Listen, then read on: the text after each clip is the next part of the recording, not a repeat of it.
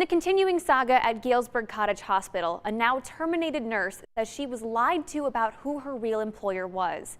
She alleges the hospital's owners hired her as a temp agent without telling her. And now one lawyer is urging her and other former staff members to take their case to the Illinois Attorney General. It's part of our exclusive coverage here on News 8.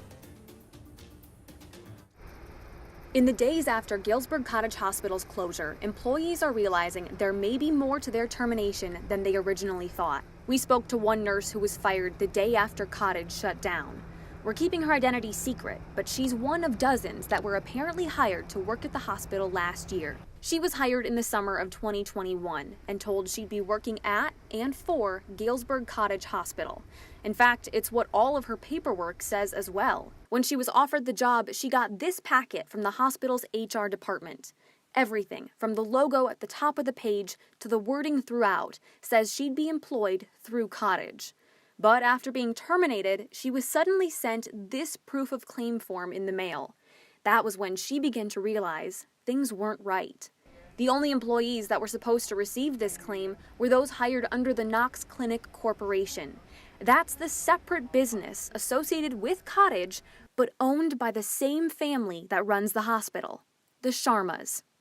Suddenly, the nurse was being told she had never been hired under Cottage, and for months had been employed under the Knox Clinic Corporation, unknowingly working as a temp agent.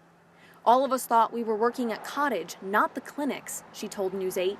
I had no idea I was temp agency'd over to the hospital. That distinction means she and any other unwilling temp agents are seemingly cut off from any severance packages being offered to Cottage employees, because it's the clinics, not the hospital, filing for bankruptcy. And now she doesn't think she'll get anything. But perhaps her case isn't hopeless. One Rock Island lawyer we spoke to suggests this nurse and all of her former colleagues now in the same boat should file a lawsuit against the hospital. In fact, he says they could bring this matter to the attention of the Illinois Attorney General, arguing the paperwork and this employee handbook all say Galesburg Cottage Hospital, not the Knox Clinic Corporation. For now, though, the employee tells us she feels stuck with no job, no insurance, and no answers from the hospital or the Sharma family. Now, that same nurse was promised a $10,000 sign-on bonus when she was hired. To date, she's only seen about a fourth of that money. The Sharmas did not respond to requests for comment on this story.